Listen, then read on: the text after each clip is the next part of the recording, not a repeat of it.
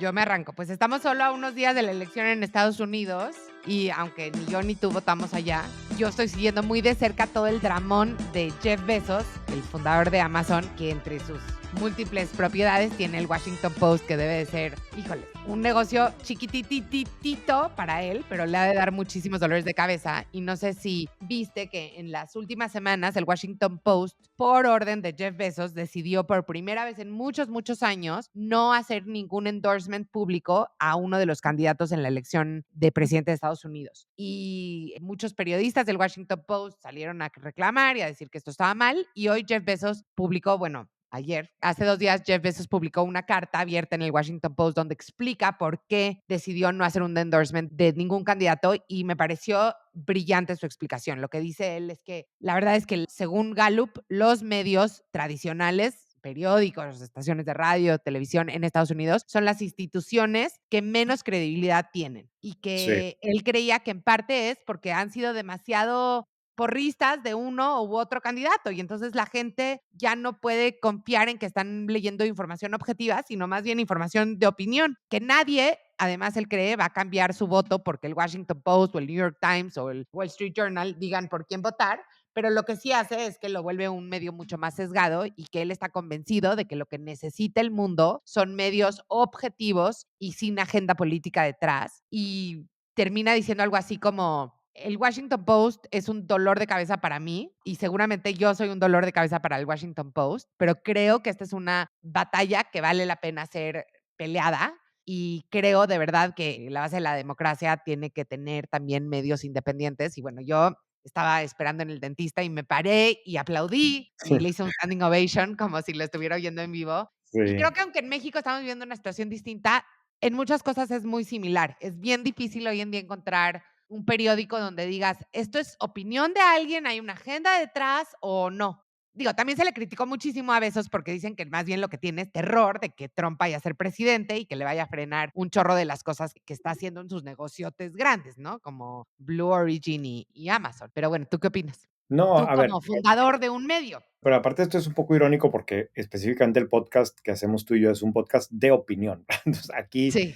damos nuestra opinión al respecto, ¿no? Yo creo que el tema, digo así bien brevemente, porque claramente no soy ningún experto, pero es que históricamente los periódicos siempre han tenido, los periódicos grandes, una parte de opinión y una parte de noticias, ¿no? Ujú. Y mucha gente, que sobre todo quienes crecieron consumiendo este tipo de medios, pueden ubicar que hay una parte de noticias y hay una parte en donde viene opinión. Y creo que lo que ha venido pasando en los últimos años, donde muchas generaciones no han crecido con estos medios, sino al revés, lo ven como algo, pues que se enteran por lo que ven de social media de ellos y no es que consuman, no hay una persona de la generación de tus hijos o los míos que se siente con el Washington Post impreso y lo vea todo. Si tú te sientes con un periódico impreso, te das cuenta que hay una sección de opinión y hay otras secciones de noticias, ¿no? Pero si tu única Incluso tienen hasta tipografías, antes tenían hasta tipografías diferentes. Claro, si tu conocimiento de ellos es solamente la cuenta de Instagram o solamente lo que viste que alguien le dio forward en TikTok, pues es muy difícil entender que son dos cosas diferentes. Y te lleva a la situación actual en donde se contamina y es muy fácil confundir y creer que si lo está diciendo en la opinión, entonces a la hora de manejar las noticias va a ser lo de esa forma también.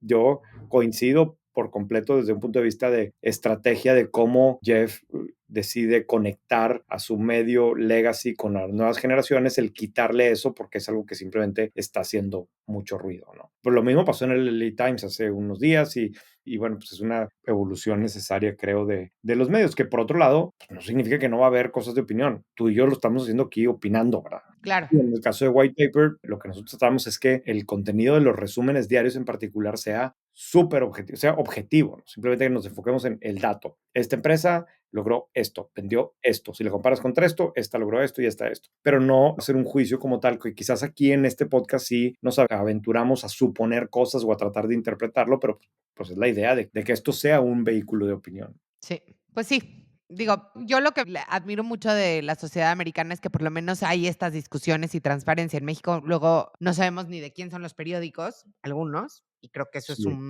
un problema, ¿no? Pero bueno, Sí. No, y aquí el otro tema que tú y yo ya hemos mencionado, y ahorita lo estás diciendo indirectamente, pero la capacidad de comunicación que tiene Jeff Bezos es fuera de serie, ¿no? Sí. Y es algo que no es solamente desde el punto de vista de saber comunicar, porque si te vas a la famosa carta de 1997, desde ahí ya mostraba esto, sino es la práctica de estarlo haciendo de manera consistente. Y yo estoy completamente obsesionado, esa es mi opinión, en que este es un activo que la mayoría de los empresarios en México no han querido desarrollar o lo tienen, pero no lo quieren utilizar por las razones que tú quieras, ¿no?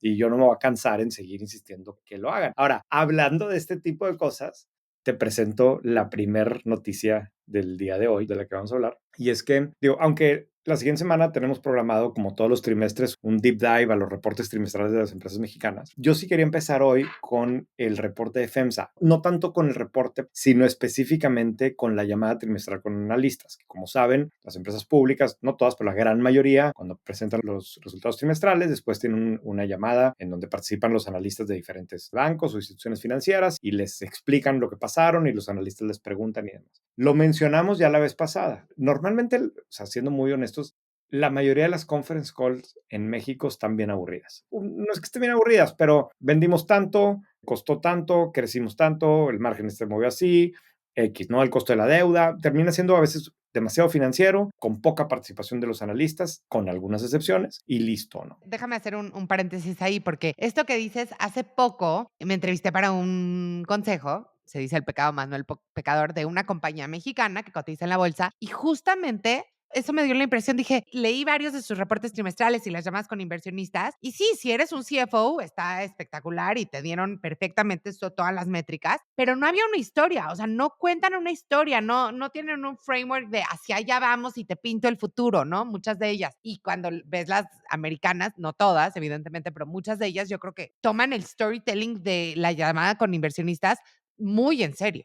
Claro, y lo hace hasta entretenido. Ahora, el caso de FEMSA en particular, pues también es una realidad que es un negocio pues muy operativo con marcas que la gente ubica, que todo mundo hemos ido a un Oxxo o a una de las farmacias. Entonces también se presta para que, y yo lo veo porque cada vez que publicamos cosas en white paper relacionadas con Oxxo genera, pues a la gente le interesa saber más y nos mandan mensajes que quieren saber más y cosas así, ¿no? Y se comparten y demás. Pero regresando a este punto, lo vimos ya en la llamada trimestral pasada y ahora te juro que se lo llevaron a otro nivel. O sea, sí realmente contaron una historia de cómo está evolucionando específicamente los negocios de retail y le entraron Ujú. con bastante detalle a los diferentes modelos, que me llamó la atención porque no es tan común que lo veamos, o al menos sí tan ordenado, incluso planes a futuro. Oye, mira, y incluso cosas, pues sí, hasta negativas, ¿no? O decir, oye, esta marca que teníamos pronto, ¿sabes qué? Ahorita no la vamos a dar por ahí, mejor ya decidimos y al final le vamos a mejor apostar esta otra. Y luego mucho énfasis en Vara, que es este modelo que no es propiamente hard discount, pero lo están llevando a ser de hard discount y cómo lo van a convertir en una cadena por sí solo y que está creciendo y lo están separando de Oxxo y explicaron por qué lo están separando.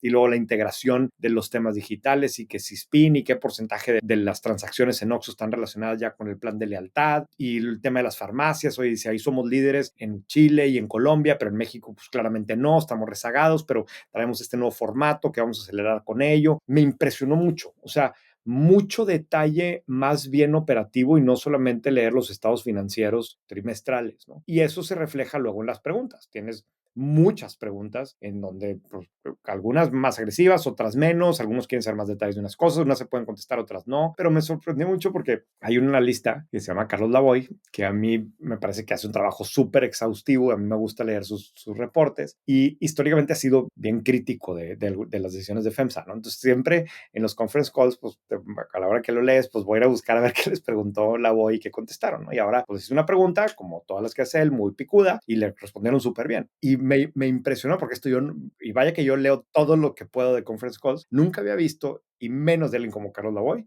que les decía, y por cierto, quiero felicitar al equipo por la profundidad de la información y los detalles de lo que están compartiendo en la estrategia, ¿no? Me impresionó mucho. Y bueno, pues creo que vale la pena reconocer aquí el caso en donde le están echando ganas yo creo que están buscando cómo convierten su capacidad de comunicación y de storytelling en un activo para la empresa. Esto no se ha Y creo reflejado. que esto, creo, esta es una hipótesis, ¿no? Creo que cuando una empresa se vuelve más bursátil y necesita atraer, o sea, que ya no nada más está en la bolsa como un vanity métrico porque sigue controlada por la familia, sino cuando realmente ya está buscando tener profundidad en el mercado, tiene que poner más atención al tema de storytelling porque de verdad que pues muchos inversionistas van a leer esos reportes, van a leer esas conference calls, van a leer después el reporte que emita Carlos, ¿cómo dijiste que se llama? De HSBC. Ujú, la voy. Y en base a eso van a tomar decisiones de inversión de los inversionistas, algunos de miles de millones de dólares y algunos pues de $100, pero habla de un profundo respeto al mercado cuando empiezas a ponerle más ganas a esto. Exactamente. Entender eso. Ahora, no todo lo que presentaron es maravilloso, ¿no? O sea, la empresa claramente todavía tiene ciertos retos. Sí crecieron Pero eso lo veremos la siguiente semana. en ventas, menos tráfico, etcétera. O sea, hubo muchos detalles de ese tipo, pero sí, sí vale la pena. Ahora, entrando a algunas de las cosas en particular que mencionaron, digo, una que creo que no es que sea tan relevante en una empresa del tamaño de FEMSA, pero hijo, es que claramente, o al menos a mí me llamó la atención, platicaron que están desarrollando un modelo como de truck stops, ¿no? Ujú. En donde tienes la gasolinera, con el Oxxo, con opciones de comida, más opciones de comida, o sea, me imaginé yo, no sé si como puestitos de diferentes cosas, con servicio mecánico para camiones, con servicio de baños y demás para choferes de camiones. Y entonces yo veo eso y veo el tema que están entrando a Estados Unidos y esto sí es completamente mi suposición, pero ¿qué onda? O sea, ¿van tras Buc-ee's o qué? O ¿por qué no comprar Buc-ee's, no? Esta marca que se ha convertido en un referente de una marca de culto realmente, ¿no? Y pues platicaron de eso, el tema de vara, el tema de la comida en general, en la conveniencia de cómo juega un rol. Ah, y de hecho, hablando de comida en general, otra nota que publicamos en White Paper esta semana es de, para quienes les toca cruzar la frontera manejando, sobre todo la gente que está en el norte de México que cruza la frontera, seguramente les ha tocado ir a algún Stripes y en los Stripes hay Laredo Taco Company, que es como una marquita de tacos adentro del Stripe, que es como una especie de tienda de conveniencia, no una especie, una tienda de conveniencia. Descubrí yo, no sabía que son de 7-Eleven, que los compró 7-Eleven, y lo que me llamó la atención otra vez, hablando de temas de conveniencia, es que 7-Eleven está anunciando que va a hacer como 500 tiendas nuevas, pero el driver principal es la comida y específicamente la marca Laredo Taco Company. Entonces, Laredo Taco Company se va a convertir ya, pues no sé si en la principal taquería de Estados Unidos o una de las principales taquerías de Estados Unidos. Y te habla otra vez de las oportunidades que hay en el mercado para productos mexicanos. ¿Por qué fregados la taquería más grande de Estados Unidos no está surgiendo de una empresa mexicana? ¿No? Pero bueno. Hace ya un buen rato leí en White Paper un artículo de tus hipótesis de por qué no había grandes cadenas de taquerías en México. Sí, de hecho es uno de los artículos más leídos en White Papers del año pasado y bueno, pues ahí está mis teorías en ese artículo, pero sí es una realidad de cómo las Pero marcas. recuérdanos las dos principales hipótesis. No, a ver, no, pues compren la suscripción, Carla. Hay mucha gente que se queda con el podcast y está bien, pero pueden probar Bueno, en White una de Paper las razones. su cuenta. Hay un tema relacionado con la informalidad, sin Ujú. duda, pero no es la única. Digo, de lo que se trata es que si tú te pones a ver, no han habido cadenas de taquerías en México que crezcan a más de 100, 200 unidades, ¿no? Y hoy, de hecho, las más grandes, si no me acuerdo ahorita los datos, pero las más grandes tienen 30 o 40, fuera de O Sabor, que está dentro de los Oxxos, que tiene más de 1000, ¿no? Pero eso es como que la Sí. otra vez la excepción y está dentro de la tienda de conveniencia, ¿no? Pero eso es una realidad. Incluso si te pones a ver, hay una nueva que se llama Gómez y Guzmán o Guzmán y Gómez, creo, que es una empresa australiana fundada por un ex banquero de Nueva York que fue y puso unos restaurantes mexicanos en Australia y hizo el IPO este año y la empresa vale 2 billones de dólares, ¿verdad? Más que Televisa, ¿verdad? Y, Bueno, y Chipotle. bueno, Chipotle es otro extremo, ¿no? Pero pues sí. ¿Qué más? ¿Qué traes, Carla? Les quiero platicar de un artículo que leí en The Atlantic de cómo el tema de el shoplifting, no sé cómo se dice shoplifting en español, el robo hormiga, supongo, el robo hormiga dentro de las tiendas de retail está fuera de control en Estados Unidos. Seguramente muchos de ustedes han ido a alguna farmacia o algún Target o algún supermercado en Estados Unidos en los últimos tiempos y ven que están las gavetas cerradas, incluso el shampoo, o sea, al principio empezaron como que con algunos SKUs que eran de muy alto valor, como la fórmula infantil, la leche en fórmula. Pero ahora son los desodorantes y los shampoos y las toallas femeninas y básicamente casi todo ya está detrás de una gaveta donde luego hay un botoncito que le picas para que venga algún dependiente a abrírtela. El problema es que además, como seguramente han leído, hay una escasez fuerte de mano de obra de este tipo de trabajos de línea. Y entonces hay muy poca gente para atender el autoservicio, donde además parte del rollo del autoservicio era que pues solita la gente se servía en su carrito lo que necesitaba llevar a la caja. Entonces están como volteando el modelo de negocio de cabeza. De por sí, el modelo no está hecho para tener un dependiente en cada pasillo, pero además tienen un shortage de staff importante. Y están haciendo esto para tratar de combatir que la gente no se robe las cosas, porque ya llegó un momento donde era desfachatado, ¿no? Creo que todos hemos visto estos videos de gente haciendo robos como manada en alguna tienda de Estados Unidos. Eso parece que no es tan común, a diferencia de lo que TikTok nos quiere hacer pensar, pero sí la gente entra y se saca 2, 3 cosas y eso ya significa una pérdida importante para los retailers. Tan es así, nadie lo quiere reportar. No hay datos realmente fidedignos de cuánto representa la merma para estas tiendas, pero claramente lo que dice el artículo es, si no fuera un problema, no estarían cerrando las gavetas, porque al cerrar las gavetas pierden un chorro de compras, porque si tocas el botoncito y no viene la persona a los 5 minutos, igual y dices, mejor lo pido por Amazon y tan se acabó. Entonces, sí está siendo un problema importante y esto lo comparaban con qué ha pasado en algunos estados, sobre todo en California, donde han despenalizado el tema del shoplifting, ¿no? Entonces, hoy en día, hasta $950, que son casi 20,000 pesos, se considera una falta menor, un misdemeanor en el estado de California, donde no te meten a la cárcel, sino que igual y te llevan, te levantan un acta, te dan un manazo, ¿no? Te ponen un par de horas de servicio social y ya, o de servicio comunitario. El problema es que antes las tiendas tenían a estos guardias que sí te hacían, su principal herramienta para evitar el robo hormiga era básicamente la humillación, ¿no? O sea, te esposaban enfrente de todo mundo y te decían que nunca más ibas a poder entrar a la tienda y ponían una foto tuya afuera de la tienda y así eso ya no se puede hacer en muchos estados. Y entonces los guardias dicen que ven pasar a la gente y que ni siquiera pueden hacer nada. Y cuando les dicen, ¿y tú qué? O sea, ahí estás parado como un maniquí y dicen, sí, la verdad es que mi única función es ser un visual deterrent, Ya. como un desincentivar visualmente al shoplifter, pero pues tampoco es así. Y lo más interesante del artículo que venía al final hablaba de que quién realmente roba. Y a veces uno piensa que pues, tenemos ciertos estereotipos de quién roba, pero fíjate que el robo entre mujeres de clase media aparentemente es relativamente común. Ahora, no sé qué se considera robo. Ahí, por ejemplo, decían que 2 de cada 10 adultos dicen que se han robado por lo menos algo en los últimos 24 meses. ¿Tú te has robado algo en los últimos 24 meses? No, nada. Pero, por ejemplo, si te comes unas uvas en el súper, ¿eso es robar o no? A ver, Carla, yo no he ido a un súper en no sé cuánto tiempo y jamás me he comido una uva en el súper, ¿no? Ay, ¿de verdad? ¿No te has comido una Nunca. uva? No, ¿por qué me voy a comer una uva en el súper? Hay que lavarlas en la casa para empezar. Ay, pues no pueden estar tan sucias.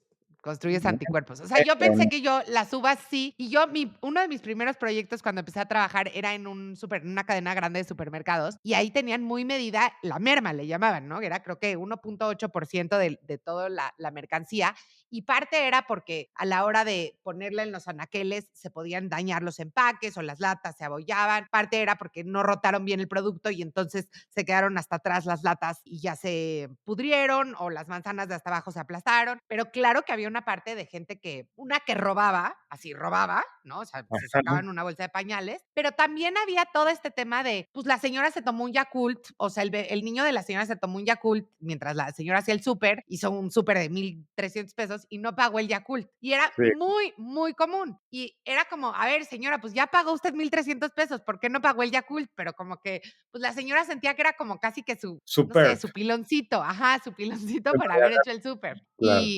Y pues yo sí me he comido uvas, sí confieso, Sí pero has bueno. comido uvas en el súper. Pero tú también te la pasas pidiendo en corner shop o ya no en corner shop, pero bueno, hace mucho dejaste ir al Sí, súper, hace paquetes mucho dejé de ir al súper. Voy más como actividad recreativa con mis hijas a veces.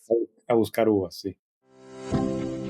Yo traigo es una nota muy breve, pero es que el otro día vimos en una gráfica, híjole, no me acuerdo en cuál, de repente para desarrollar el contenido en white paper, pues vemos que están publicando los medios gringos, ¿no? Y digo, ¿y sabes qué? Esta nota que están haciendo en el Wall Street Journal o en el New York Times, ¿cómo la aplicaría a México? ¿No? Si yo quisiera hacer esto, pero traído a México con información de empresas mexicanas, porque pues, para hacer notas de empresas gringas, pues ya hay quien lo hace, ¿no? Encontramos una gráfica que me gustó mucho de una empresa que estaba creciendo en ventas de manera exponencial en los últimos años y le pedí aquí al equipo y específicamente a Humberto, dije, a ver, búscame una empresa mexicana que tenga una curva va así, ¿no? A ver cuál empresa mexicana ha crecido de manera increíble en ventas en los últimos años. Y la que encontramos varias, pero una en particular que la gráfica se ve muy espectacular, es Grupo Axo. Como que no escuchamos Ujú. tanto Grupo Axo porque no es propiamente pública, pero emite deuda y por lo tanto hay información. Y fíjate, en el 2013 vendió algo así como 1,800 millones de pesos y para el 2023 vendió 24,000 millones de pesos. O sea, Guau. aquí, digo, estamos tú y yo platicando. Lo más padre, si lo pueden ver en whitepaper.mx, es cómo se ve la gráfica, porque es el tipo de gráfica que normalmente vemos más bien en una startup o una empresa de tecnología. Y esta es una empresa que lo que ha venido haciendo es poniendo más puntos de venta y vendiendo más por punto de venta, ¿no? Y tiene 7,000, casi 7,900 puntos de venta. La mayoría están ubicados dentro de tiendas departamentales, pero tiene también casi 1,000 tiendas standalone, tiene muchas tiendas digitales, tiene 40 y tantas marcas en su portafolio. Aquí creo que incluso podría haber hasta un cambio en los hábitos de consumo de los mexicanos, ¿no? Bueno, tienen también negocios en otros países, particularmente creo que en Chile, ¿no? Pero vale mucho la pena ver una gráfica con un ritmo de crecimiento tan llamativo, porque otra vez tú y yo hemos platicado de las empresas de primera generación y esta es una de ellas, ¿no? Tengo una pregunta, estoy viendo aquí la gráfica y sí, muy impactante, como dices, parece una gráfica de una startup de tecnología. Mi pregunta, que me encantaría ver más a detalle, es ¿qué es lo que más ha crecido? Porque ellos tienen varias cosas que son como conceptos totalmente importados, no sé, la marca de Tommy Hilfiger, pero después han hecho conceptos propios como Promoda, bueno, que la compraron, pero ahora la han crecido mucho, o algunas marcas como Laces o TAF, que si bien venden marcas importadas de tenis, pero el concepto de la tienda es un concepto creado por Grupo Axo. Entonces sería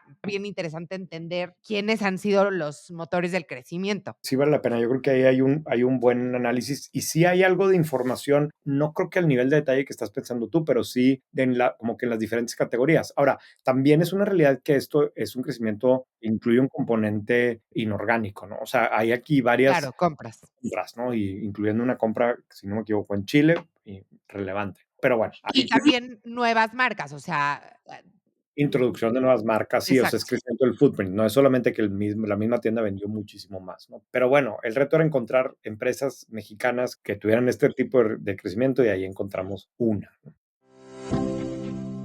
La última nota que yo quería platicar hoy en esta parte de notas breves es que seguramente quienes escuchan White Paper 10 con cierta frecuencia les tocó escuchar hace algunas semanas que hablamos de los activist investors, ¿no? Y cómo funciona este concepto en donde alguien compra acciones en una empresa para tratar de hacer algún cambio, de forzar algún cambio, de forzar al management a que cambie algo o haga algo porque cree que la manera en que están operando la empresa no es la óptima, ¿no? Y esto es Ujú. algo que en México pues prácticamente no existe porque pues, las familias controlan las empresas, pero en Estados Unidos es muy común. Y quería retomar yo el tema hoy porque en las últimas semanas hubo un caso que me pareció bien diferente, ¿no? Y es el caso de Southwest, que Southwest en la aerolínea se les metió uno de los activist investors más reconocidos y más grandes, Elliott Management, y tomó una posición importante y empezó a presionar al consejo. Y específicamente lo que Elliott quería era que se nombraran a 6 nuevos consejeros. Quería cambiar consejeros y meter a O sea, la mitad del consejo por lo menos. pues no sé si era la mitad, pero era un chorro, ¿no? Y entonces traía a sus candidatos, ¿no? Pero lo que hizo es que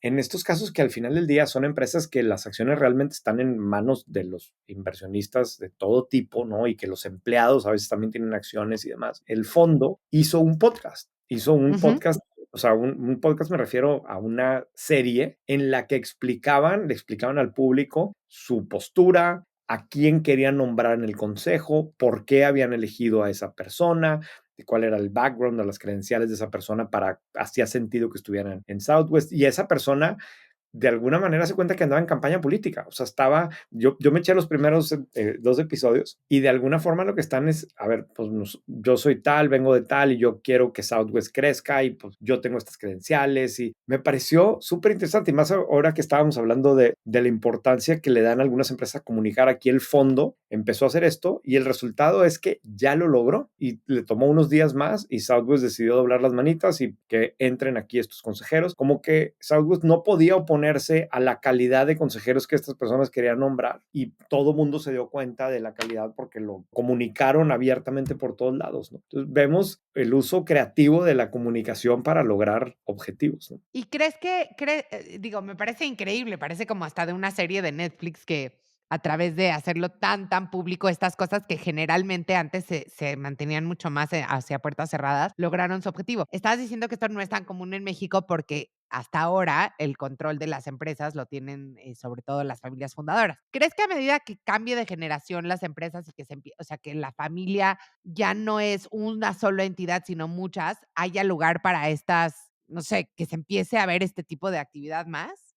Sí, a ver, yo creo que sí hay espacio para este tipo de cosas, aun y cuando en casos en donde la familia tiene control, porque a veces, pues, simplemente hace sentido lo que están proponiendo los activistas, o a veces este tipo de amenazas, por así ponerlo, en donde, oye, a ver, pues no me tienes que hacer caso, pero yo voy a decirle a todo mundo lo mal que estás, ¿no? Y yo le voy a decir al mundo cómo una empresa de tu tamaño no tiene por qué estar pagando un avión de ese tamaño, ¿verdad? Y cómo se compara con otras, ¿no? Y entonces, Claro. en donde digan, oye, ¿sabes qué? No, pues mejor para que me meto en broncas, déjame, le doy entrada. También la realidad es que hasta ahorita, que eso es un tema de otra discusión, pero pues las empresas en México, con algunas excepciones, son tan pequeñas en la bolsa que no logran llamarle la atención a los activistas y por más que tienen tan poquito float que pues no hay manera realmente para ellos de entrar, ¿no? Pero sí hay mayor conciencia cada vez más de necesidad de escuchar a todos y particularmente los activistas, pues al final del día lo que quieren es que la acción valga más, ¿no? Entonces, en teoría están alineados con los principales accionistas. Lo que pasa es que se presta que en Estados Unidos, pues muchas veces el management no son los accionistas, o tendrán algunas acciones, pero no son quienes tienen la mayor parte de las acciones. Pues sí, sí, pero Bueno, eso puede cambiar, ¿no? puede cambiar. Pero bueno, la duda de la semana es, Toda tuya. ay, a ver, ahora que he estado más interesada en todo el tema de la industria de healthcare y todo lo que hay detrás y las innovaciones que hay detrás en telemedicina, ¿no? En apps de acompañamiento, etcétera, me encuentro con que las farmacias, sobre todo las cadenas grandes de farmacias, cada vez están mejor. Tienen programas de lealtad, tienen tu historial, algunas incluso te pueden recordar cuando ya tienes que pasar por tu medicamento. A cada 4 cajitas de una medicina para un mal crónico, la quinta te la dan con 20% de descuento. O sea, un muy buen manejo de CRM, etcétera. Pero esas mismas que siento que se están digitalizando y modernizando y teniendo todo mejor, son las más estrictas cuando te piden la receta del medicamento controlado. Y para mí me parece increíble que en 2024 todavía necesitas el papel, porque imagínate alguna cosa que no necesites ver cara a cara al médico. Estoy pensando, por ejemplo, en psiquiatría, ¿no? Entonces tú tienes tu control médico cada, no sé, 2 meses con tu psiquiatra para que te ajuste la dosis de un medicamento contra la ansiedad. Lo puedes tener por Zoom porque no te revisa físicamente nada, no te tiene que tocar, etcétera. Y aún así, necesitas pasar a su consultorio por la receta porque necesitan la receta física. O sea, no es suficiente escaneada, la foto, etcétera. No hay ningún sistema donde el doctor, como en Estados Unidos o en otros países, pueda hablar y a través de, no sé, su registro, su cédula profesional, dar el permiso o la prescripción médica. Y entonces, mi pregunta es, ¿por qué en México pedimos recetas de papel? Además, ¿qué se hace con todas esas recetas de papel? O sea, yo me imagino así ¿En que dónde seguro en terminan? algún sótano están cajas y cajas y cajas de las recetas por si llega una auditoría de Cofepris, puedan las farmacias justificar que vendieron esos medicamentos con una receta. ¿Qué opinas de mi duda? No tengo ni la menor idea. No, pues no, muy mal Seguramente realmente. alguien nos va a aclarar y seguramente, como bien dijiste ahorita, está relacionado con posibles auditorías y con alguna normatividad que está ahí que nadie se atreve. Y también, ponte a pensar, Carla, o sea, estos son algunos de los segmentos que tienen más barreras de entrada regulatorias y hay muchos intereses en que así se mantengan esas barreras de entrada también, ¿verdad? En donde hay gente que eso es lo que protege su forma de vida y que se van a oponer a cualquier innovación al respecto. Y con muchos ¿Te estás refiriendo a la farmacia, a las farmacéuticas o a los doctores? ¿En quién estás pensando? en los doctores. Ok. A ver, Este, dime más. o sea, es muy entendible porque es un segmento del cual todos dependemos y del cual es tan delicada su función, que es muy fácil justificar su resistencia al cambio. Argumentar por qué no debe de cambiar porque están cuidando lo más precioso de la gente, que es su salud, ¿no? Y entonces, pues no puedes tomar riesgos que vayan a poner en riesgo la salud de la gente y por lo tanto no le muevas nada, ¿verdad? Y si esto en un país como México se va a prestar para falsificar y corrupción y que es como que muy, muy fácil ponerte del otro lado y decir, ¿por qué no no le muevas nada, ¿no? Que yo, ojo, no es que esté de acuerdo con eso, ¿no? A ver, Pero y yo creo que claro que debe de haber salvaguardas. Simplemente me parece que una receta de papel es como el peor password del mundo. O sea, creo que deberían de poder identificar las ventas y asociarlas a un médico, pero a través de un papel. O sea, sí, pero que ya Carla, me imagino otras 100 maneras. sí, pero ¿cuántos trámites de gobierno te piden que lleves copias de la acta de nacimiento? No sé qué madre. O sea, ahorita que decías las copias de las recetas, imagínate las copias de las actas de nacimiento y de los comprobantes de domicilio y de la madre. O sea, y ahí seguimos viviendo. ¿Verdad? Sí, Me parece un poco como, ¿te acuerdas que hace poco, hace algunas semanas discutimos de lo de los pennies? sí, De cómo claro. Estados Unidos no pueden hacer nada contra los pennies y como que es absurdo, pero al mismo tiempo nadie lo puede cambiar. De repente me hace pensar que es una cosa parecida aquí, ¿verdad? Puede Pero ser, ojalá que puede ser. alguien que sepa más del tema nos busque y nos platique. Sí, y que no se trate de justificar, pero bueno. Ok, vamos al deep dive. Para el deep dive hoy queremos hablar de tendencias de reclutamiento y teníamos esta duda de qué tanto ha cambiado el reclutamiento y las funciones de HR en los últimos años. Y particularmente yo quería entender si LinkedIn ha sido un game changer tan grande como me lo imaginaba en todo esto, ¿no? Y creo que, o sea, yo siempre digo que el currículum está muerto porque cuando la gente me manda sus currículums y no su link de LinkedIn, la verdad ya ni los leo. Pero entonces nos pusimos a investigar, hablamos con gente que se dedica justamente a reclutar, tanto en firmas de headhunting como dentro de empresas. Y la verdad es que encontramos cosas bastante interesantes. La primera cosa más interesante es que hay una cosa que se llaman los ATS, que son, digamos, como los CRMs o los ERPs para los reclutadores. Quieren decir Applicant Tracking Systems. Y estos sistemas, que muchos de ellos están conectados a LinkedIn, básicamente lo que hacen es que han ido antes eran como un CRM donde tenías el tracking de todos tus candidatos y entonces ibas diciendo, a ver, para esta posición tengo estos 10 candidatos, estos 8 ya se entrevistaron, estos 4 ya pasaron a la siguiente ronda, etcétera. Pero ahora hay un filtro antes que es súper interesante porque lo que hace ese primer filtro es que tú posteas una vacante en LinkedIn, por ejemplo. Imagínate que recibes, no sé, 1500 currículums. La herramienta a través de inteligencia artificial, por más sobado que suene, te va a prefiltrar el primer filtro. Y entonces al reclutador humano, a la persona de carne y hueso que está del otro lado de la pantalla, solo le van a llegar precalificados 300 de esos currículums. Entonces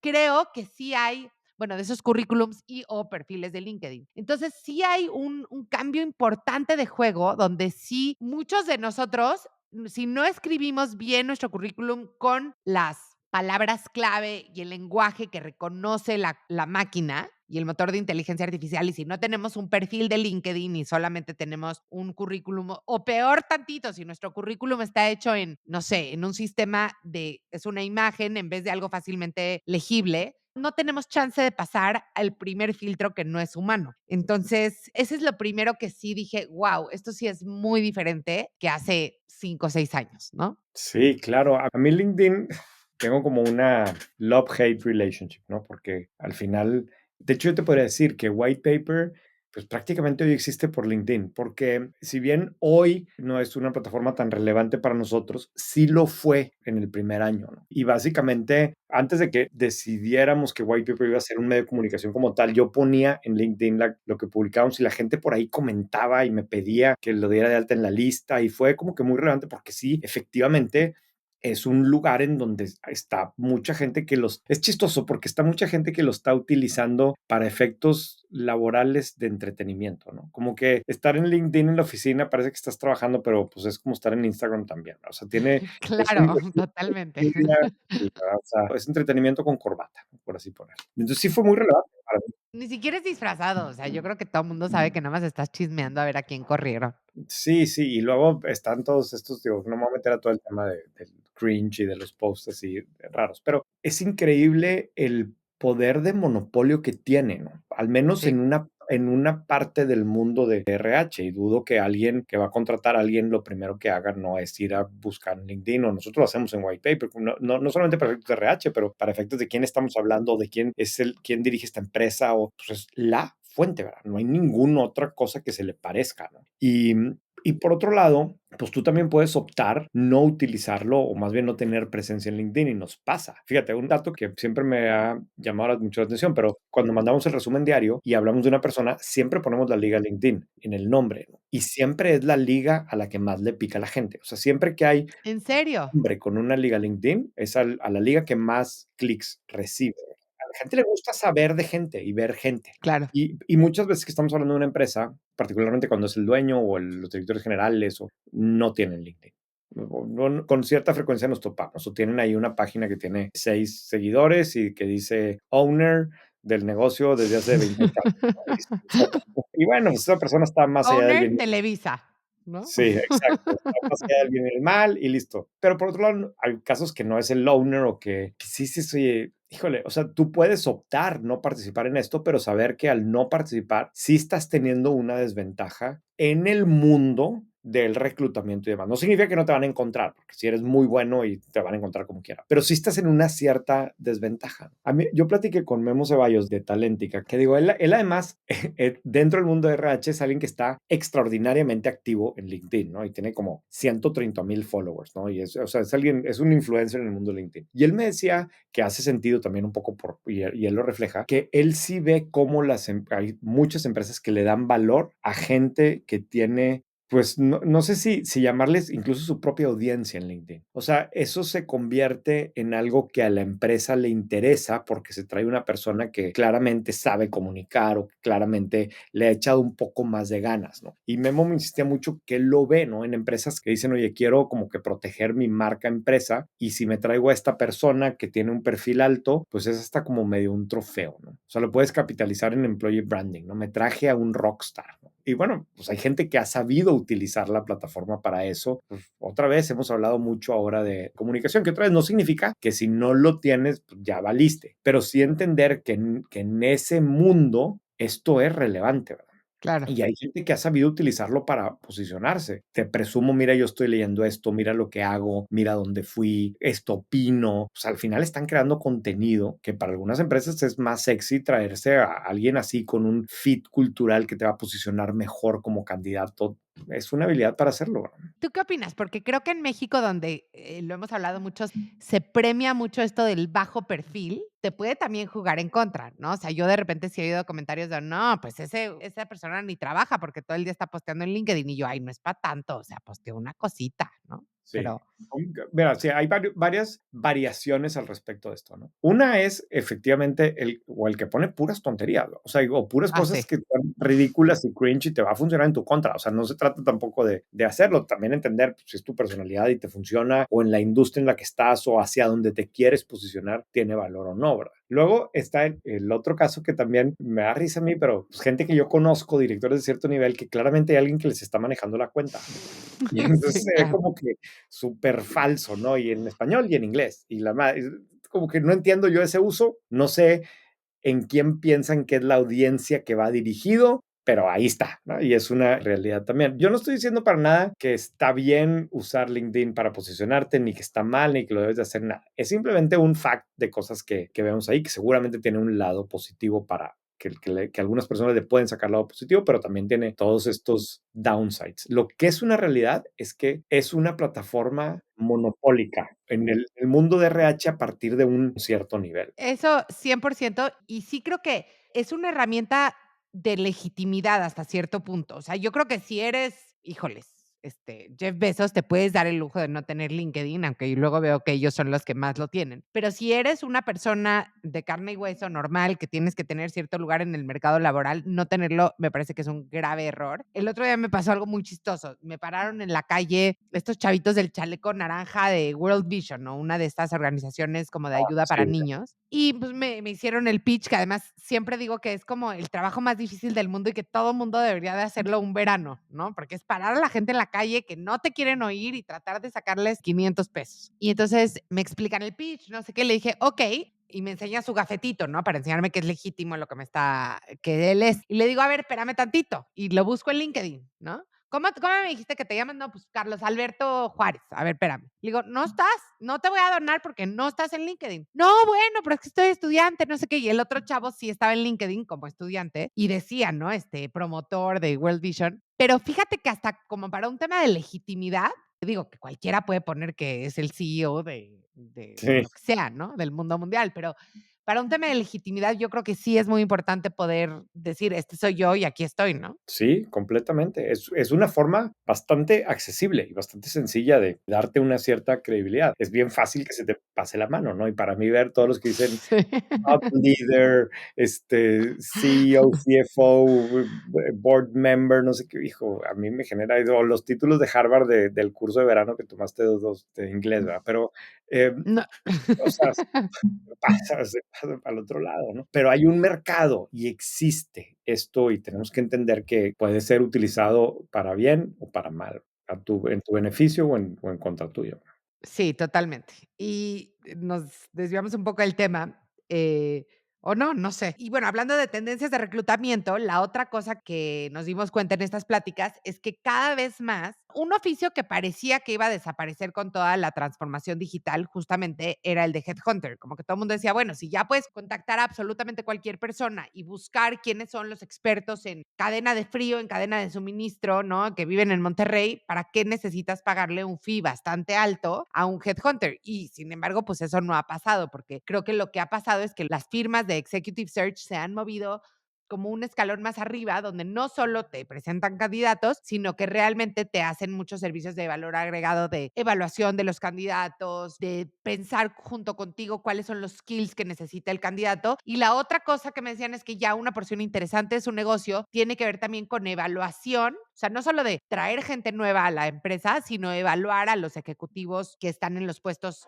actualmente, hacer planeación de sucesión de los puestos más importantes, evaluación del board. Entonces, se han vuelto también como un oficio mucho más elevado intelectualmente de alguna manera, ¿no? Consultoril. Exacto, mucho más consultoril, exactamente. Sí, hasta cierto punto. A mí entre las cosas que averigüé o que me comentaron más allá de que platicamos de LinkedIn, hablé con Elsie Flores, que está en Mercer. Ella me decía que uno de los temas es lo que está pasando con nearshoring y que uno de los temas que está pasando alrededor del tema de nearshoring es justo lo que tú sacaste hace algunas semanas, o a veces sí hace algunos meses que hablamos. Sí. Y es como en lugares como Monterrey, en México en general, en Guadalajara mucho, se están llenando de centros de shared services. O sea, no solamente está la parte de nearshoring de las fábricas, sino también como centros de atención de IT, que a veces es para darle batería a la propia empresa, a su headquarters en otros países, o a veces incluso a clientes, ¿no? Pero todo eso está generando una competencia fuertísima por ciertos perfiles en RH y eso a su vez se convierte en un reto de retención que hoy es algo que trae a mucha gente preocupada, ¿no? Como que eso es de las cosas que más me llamó la atención. Él sí me dijo también de cómo el tema de pensiones es un gran tema que como que no se termina de entender muy bien y tú también has insistido mucho en eso. Yo creo que vale la pena que después hagamos un deep dive al respecto, ¿no? Sí, nos surge un deep dive de pensiones. Pues muy bien, esto es un update de el impacto que está teniendo LinkedIn en el segmento de capital humano.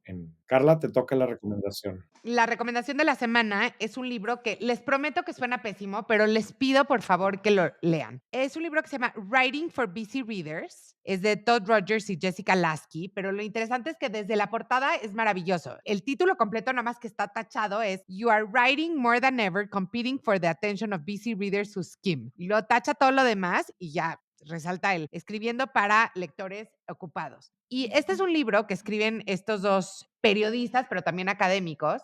Es muy interesante porque todo es basado en datos. O sea, no es yo creo, a mí me gusta, es más bonito escribir así, sino que hacen varios experimentos y te los van relatando, donde, por ejemplo, en una escuela de 1,000 alumnos, de 1,000 familias, mandan un mail distinto a 500 familias y a las otras 500 familias, donde uno lo hacen con palabras simples y oraciones cortas y el otro lo hacen con palabras un poco más rimbombantes y oraciones más largas. Y luego le piden una instrucción, ¿no? Tienen que llenar una forma o contestar si sí o si no, etcétera. La tasa de respuesta de cuando escriben con oraciones cortas y palabras sencillas es sustancialmente más alta que cuando no. Luego analizan, por ejemplo, la evolución del lenguaje. Entonces analizan el discurso inaugural de George Washington, que fue el primer presidente de Estados Unidos, con el de Joe Biden, ¿no? Y cómo se comparan sus 5 primeras oraciones. Y el de George Washington, digo, no sorprende, pero la oración promedio de las 5 primeras eran 36 palabras por oración y en el de Joe Biden eran 4 palabras, ¿no? Hoy es el día de la justicia, hoy es el día de la esperanza. Y después derrumban algunos mitos, como que, por ejemplo, cada vez somos más tontos porque leemos cosas que son más cortas, más sencillas de alguna manera, y dicen que para nada eso es cierto, que el IQ promedio de los seres humanos hoy en día es más alto que hace 20 años o hace 30 años. Entonces, no por usar un lenguaje sencillo estamos haciéndonos más tontos, que yo sí era algo que pensaba, ¿no? O sea, decía, qué lástima que ya no podemos leer Dostoyevsky, ¿no? Como antes lo leíamos y ahora los niños los dejan leer lecturas más sencillas, sino que simplemente es un reflejo de cómo va evolucionando el lenguaje y pues que pelearse contra la realidad, pues siempre es mala idea. Bueno, yo le he mandado este libro a todo mundo, incluyendo a las directoras de comunicación de la escuela de mis hijas, porque sí creo que además nos han hecho pensar que si escribimos con palabras más elevadas, eso demuestra que somos más inteligentes. Y pues no, ¿no? Y lo único que pasa es que pues, nadie va a leer lo que estamos escribiendo y que si queremos realmente comunicarnos de manera efectiva, tenemos que hacerlo de una manera sencilla y clara, ¿no? Entonces, es un libro aburrido, pero realmente fascinante. Este de plano fue el episodio de la necesidad de comunicar bien. Como que de alguna manera lo hemos ido ¿Sí? enfatizando ese tema. Buenísimo, Carla. Pues muchas gracias y como siempre, nos escuchamos la siguiente semana. Oye, espérate, antes de que nos vayamos, es que tengo aquí desde hace 10 minutos a doña Daniela, mi hija, que está Ok. escuchándonos muy pacientemente y quiere recomendar algo. Sí, claro, claro. A ver, Daniela. Hola. Hola, ¿Qué onda? ¿Qué nos vas a recomendar? ya sé que sus recomendaciones siempre son de negocios, pero la mía no es de negocios. Pero acabo de terminar un libro que se llama Cometas en el cielo, escrito por Khaled Hosseini, que trata de un niño llamado Amir en Afganistán y cómo enfrenta muchas situaciones como traición y como robo, etcétera. Y creo que es un libro que todos deberían de leer. Y el mensaje principal del libro, yo creo, es que el robo no es solo robar algo a una persona, sino cuando mientes estás robando la verdad y cuando matas a alguien estás robándole a un ser querido a otra persona, etcétera. Entonces se los recomiendo, está increíble y si quieren leer mi ensayo del libro se los mando. Me encanta, claro. ¿Cuántos años tienes, Daniela? 17. Oye, ya que Buenísimo. estamos recomendando cosas de los vástagos, aquí haciendo nepotismo, yo quiero recomendar el artículo que escribió Jimena Lankenau el viernes El de los viernes pasado revolucionarios y la cervecería Cuauhtémoc Moctezuma. en White Paper, sí estuvo, digo, yo no puedo juzgar como papá, pero estuvo muy bueno. Y sí, ahí está en White Paper para quien le interese. Gracias. Por lo que me contaste, es la primera vez que uno de tus hijos escribe en White Paper. Efectivamente. Y aparte, digo, Jimena estudia Derecho, ¿no? Y Jimena estudia Derecho en donde yo estudié Derecho y tiene algunos maestros que yo tuve, ¿no? Y uno de los maestros que a mí más me marcó, Gerardo Puertas, le da clase hoy a Jimena y contó ese caso en la clase. Y Jimena llegó al mediodía a contarme, le había impresionado mucho esto que había sucedido y le dije, oye, ¿por qué no le dices a tu profesor que lo escriba? Y luego regresó y me dijo, no, dice que no. Le dije, bueno, pues ¿por qué no lo escribes tú? Me dijo, bueno, pues voy a tratar, ¿no? Entonces ella lo escribió, le pidió ayuda al profesor, el profesor le recomendó algunas lecturas,